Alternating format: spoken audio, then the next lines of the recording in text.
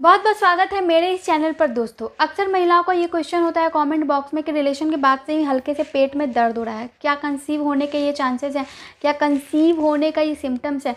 तो चलिए इस वीडियो में जानेंगे कि कैसे प्रोसेस होता है। ये हो सकता है कि हाँ कंसीव होने के वो सिम्टम्स हैं, कैसे।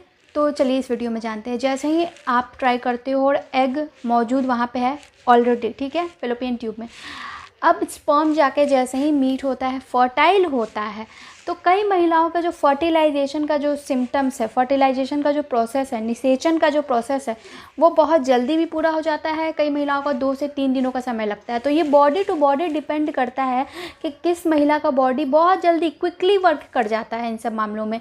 वही कई महिलाओं का बॉडी थोड़ा सा लेट करता है, लेकिन करता ज़रूर है, लेकिन लेट करता है, ठीक है, अगर सब कुछ सही है तो क्या होता है कि बहुत क्विकली जो है वर्क कर गया तो फर्टिलाइज हो गया। अब फर्टिलाइज जब होता है, ठीक है, तो क्या होता है कि कई महिलाओं को हल्का सा क्रैम्प भी महसूस होता है, क्योंकि बॉडी जो है उनका काफ़ी ज़्यादा नोटिसेबल है, वो बहुत जल्दी जल्दी अपने बॉडी की एक्टिविटी को पहचान जाती हैं। तो क्या होता है कि हल्का सा उनको क्रैम्पिंग महसूस होता है, तुरंत हो सकता है या फिर 1 आध 2 घंटे में उनको महसूस हो रहा है, ठीक है। तो हल्का सा क्रैम्प दाएं साइड या बाएं साइड भी हो सकता है, या पेट के निचले हिस्से में भी हो सकता है।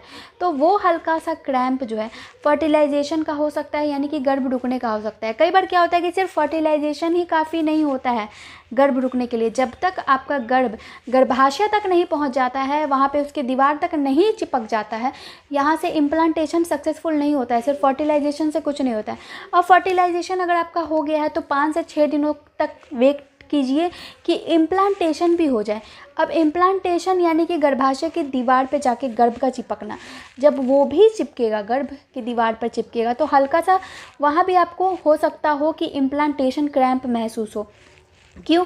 क्योंकि जब वो चिपकता है तो कई महिलाओं को हल्की सी ब्लीडिंग भी होती है और साथ में एक क्रैम्प भी, यानी कि दर्द भी पेट के निचले हिस्से में महसूस होता है। तो बच्चेदानी में जो भी एक्टिविटीज़ होती हैं तो उससे महिलाओं को कमर में या पेट में हल्का सा दर्द तो होता ही है। कई महिलाओं को बिल्कुल भी महसूस नहीं हो, लेकिन कई महिलाओं को महसूस हो सकता है। अगर मैं अपनी भाभी की बात करूँ तो भाभी का जो पहला बेबी था उसमें उनको इम्प्लांटेशन क्रैम्प बिल्कुल भी महसूस नहीं हुआ था। उनकी दूसरी प्रेगनेंसी में उनको इम्प्लांटेशन क्रैम्प और इम्प्लांटेशन ब्लीडिंग दोनों महसूस हुए। तो अगर गर्भ पहली बार रुक रहा है और आप बहुत ज़्यादा नोटिसेबल नहीं हो, बहुत ज़्यादा चीज़ों को नहीं पकड़ पाते हो, तो शायद होगा भी तो आप इग्नोर कर दोगे, ठीक है, या फिर आपको लगेगा कि नहीं आप देख पाओगे। तो ये मैं यही बोल रही हूँ कि आप कितना गौर करते हो, इस पर डिपेंड करता है। तो ये हुआ।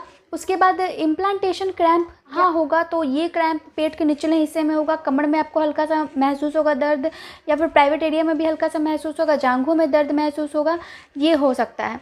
ये दर्द फर्टिलाइजेशन जो क्रैम्प होता है ये कैसा होगा? जब इमीडिएट आपको रिस्पॉन्ड किया, इमीडिएट आपको पता चला कि संपर्क के 2 से 3 घंटों के अंदर ही आपको दर्द महसूस हुआ, तो हो सकता है कि हल्का सा वो दर्द हो, बिल्कुल हल्की सी क्रैम्पिंग हो और फिर गायब हो गई हो। 1 दिन भी मुश्किल से वो फर्टिलाइजेशन क्रैम्प आपको महसूस नहीं हुआ हो, कुछ ही घंटे महसूस हुआ हो।